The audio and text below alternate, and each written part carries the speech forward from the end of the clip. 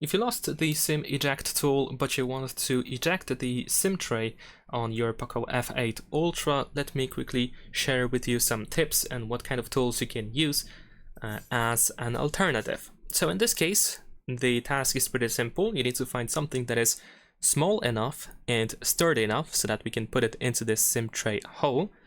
And it has to be sturdy because we will use a little bit of force, a little bit of pressure, I guess, in order to push out the SIM tray. This is something that has to be done, of course, in this case. So what you can use? You can use, for example, a paper clip. You can unbend a small paper clip and use the pointed end to push it into the SIM tray hole. You can use an earring or piercing jewelry, like if it has a small stud earring with a thin post that can fit into the hole, then of course you can use that as well. A thin safety pin can be used too, to press it into the eject hole.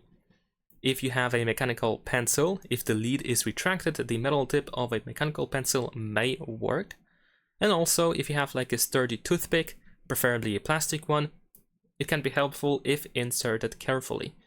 So once you find something that is just as tiny as the eject tool, and if you manage to put it into this hole, then of course after that just use a little bit of force and push it into the phone to pop out the SIM tray.